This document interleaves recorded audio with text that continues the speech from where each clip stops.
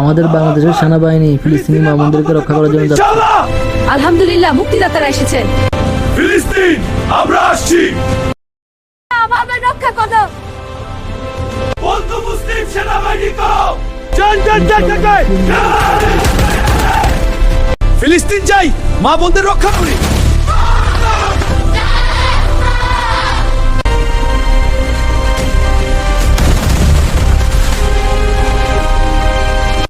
আমরা ফিলিস্তিনকে রক্ষা চাই। আল্লাহ তোমাদের রক্ষা করুন।